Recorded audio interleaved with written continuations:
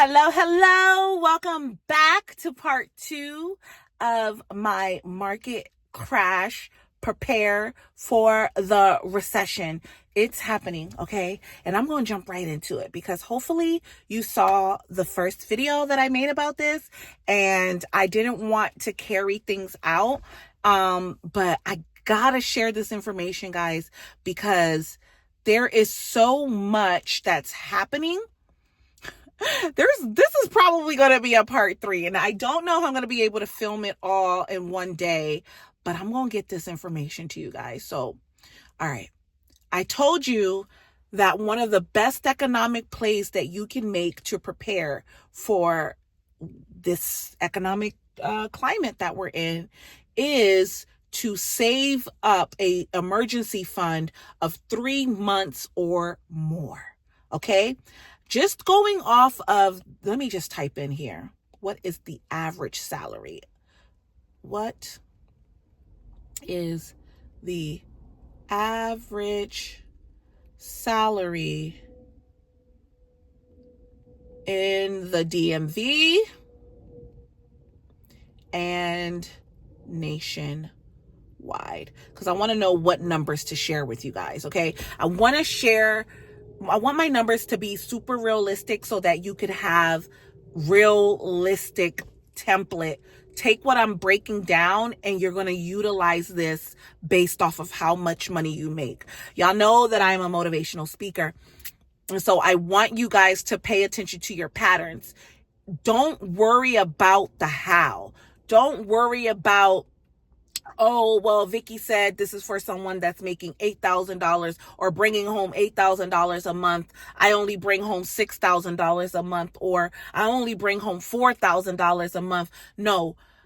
Take yourself out of that and say, okay, Vicky gave a breakdown of 8,000, but I bring home 4,000. Let me use the math to look like what I bring home. Okay. And don't be up here being all sedity, because if your finances ain't in order, honey, even if you bring home $100K a month and you still living, check to check or transaction to transaction or contract to contract, because, business people, that's typically how they make their money. If you're still struggling to make ends meet and your expenses are overseeding your salary, then you need to budget, okay? So you need to be focused on your savings. We're going to look at this from, we're going to break down this mountain of economic distress chip by chip. We're not going to try to move the whole mountain at once, because that's how a lot of people just get frustrated and end up doing nothing. Okay. I don't want y'all to be those people.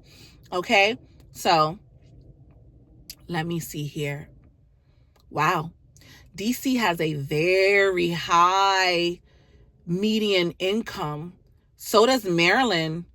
Wow. So does Virginia. The DMV is unlike the national average. Let me just give y'all something here. Median household nationally, United States national average median household is $69,000 a year. Okay.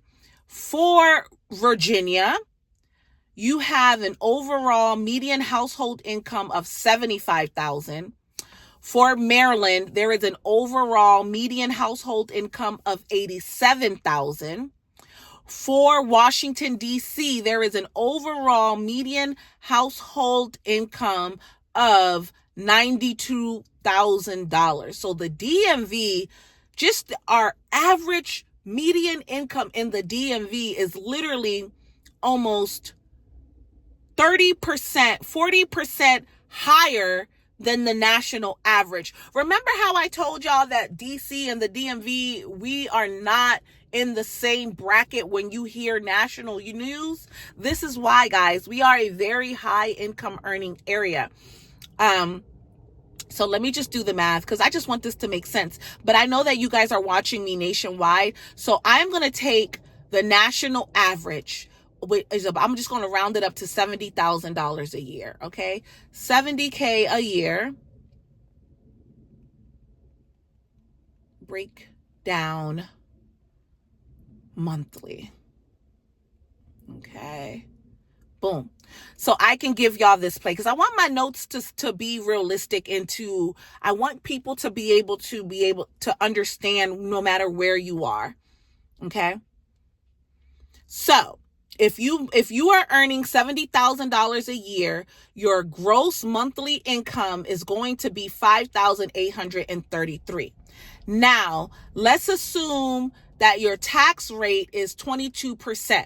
This is for simplicity purposes only. That means that you're paying about $1,283 a month off of that gross pay of $5,833. So now you're going to subtract that tax of $1,283 from your gross pay. So you are taking home $4,550. That's the money that you get on your paycheck. That's the money that you're getting bi-weekly. We're going to take this $4,500 and we are going to now use that to pay our bills, right? And like I told you guys, most people out of that $4,500, including their housing, including subscriptions, including, everything that they do, are at 80%. Those are the ones that are not in the red.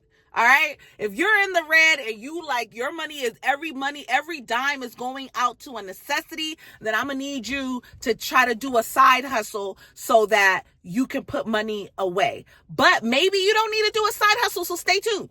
All right. So my take home pay is $4,000. This is how I want you guys to calculate this. My take home pay is $4,550. Break down a 3-month emergency fund. If my expenses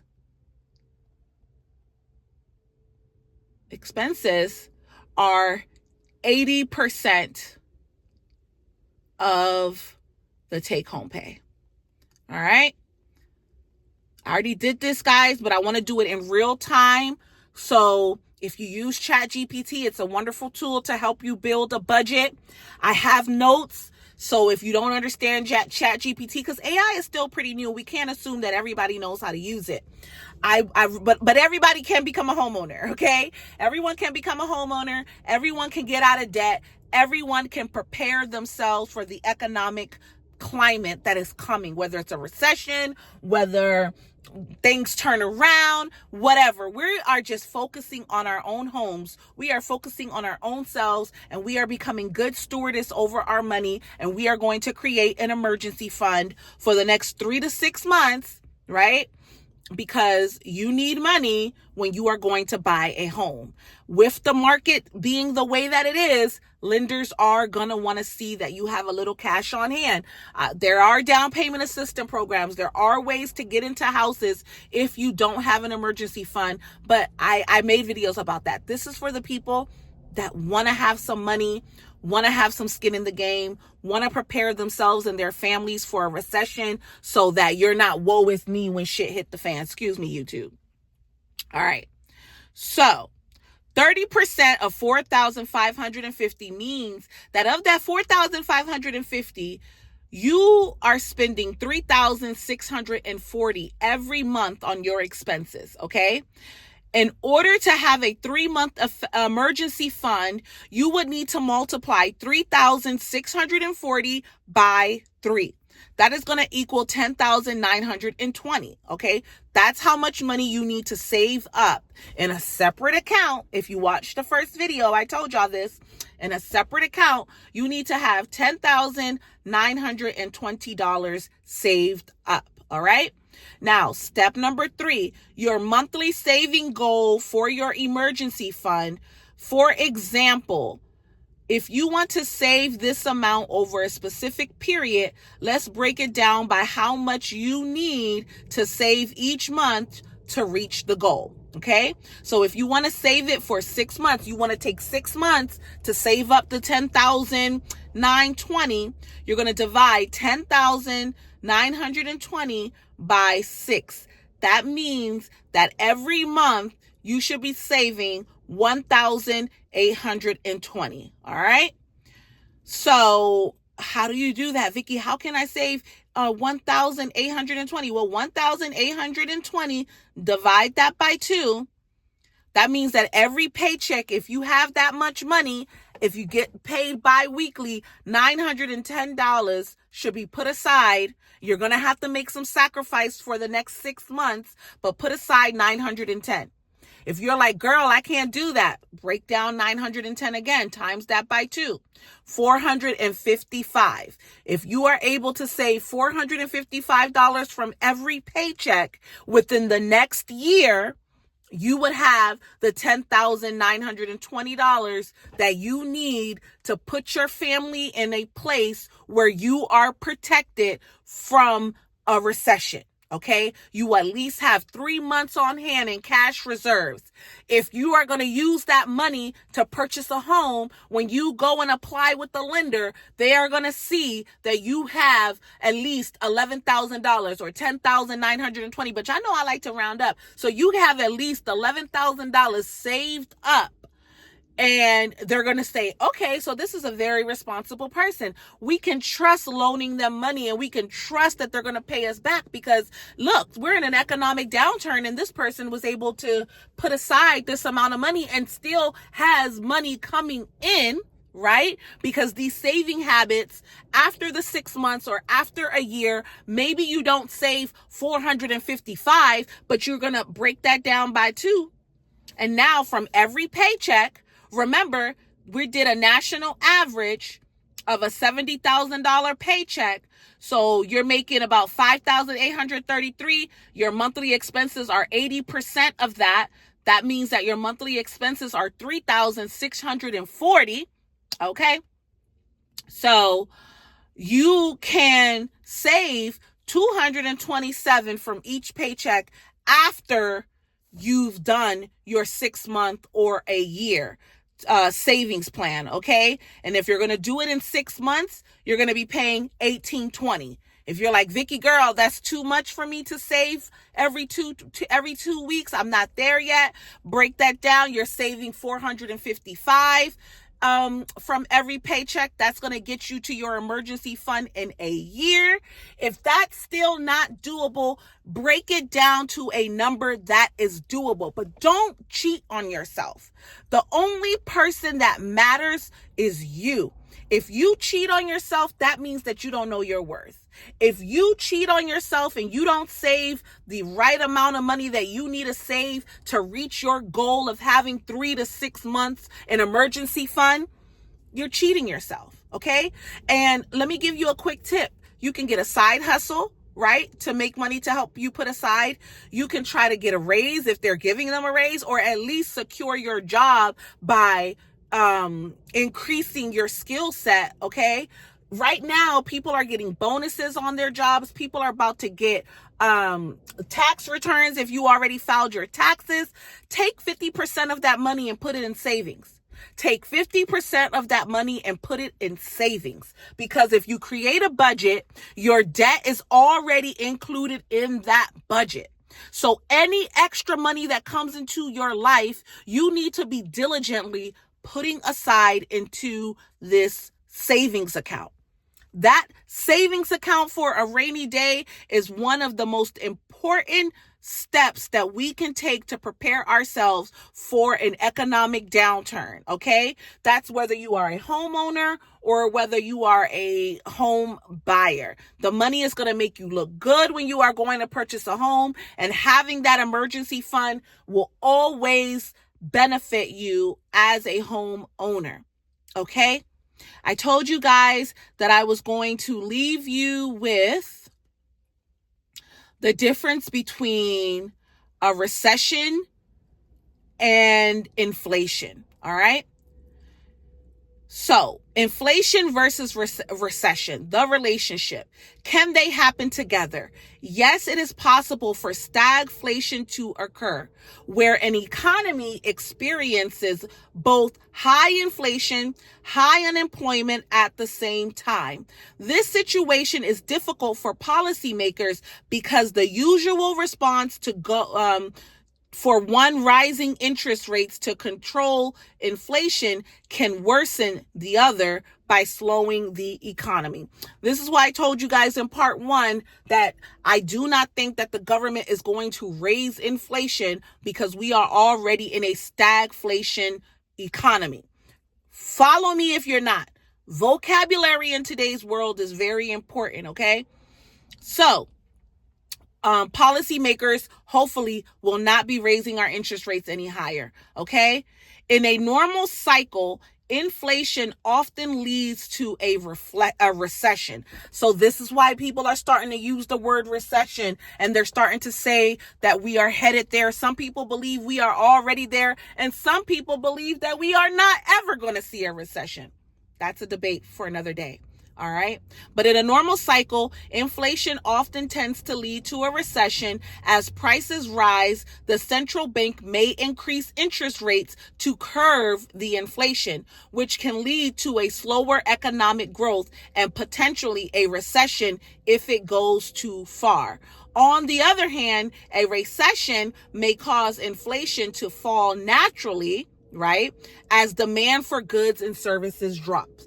Think about it, guys. We are already seeing the result of the protest for large retailers like Target and Domino's Pizza. They have been reporting drops in their prices. McDonald's have been reporting drops in sales.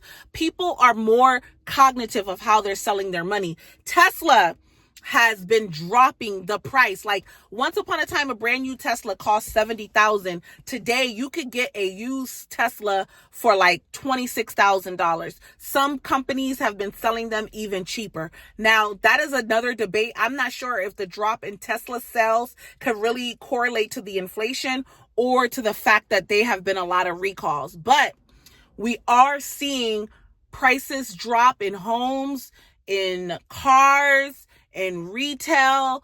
Consumers are being more wise with their money, guys, okay?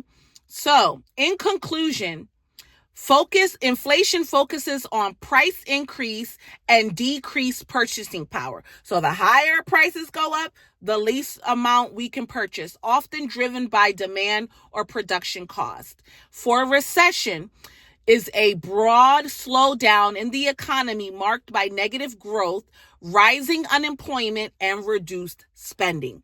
This is why people are saying that we are practically in a recession, because unemployment has gone up.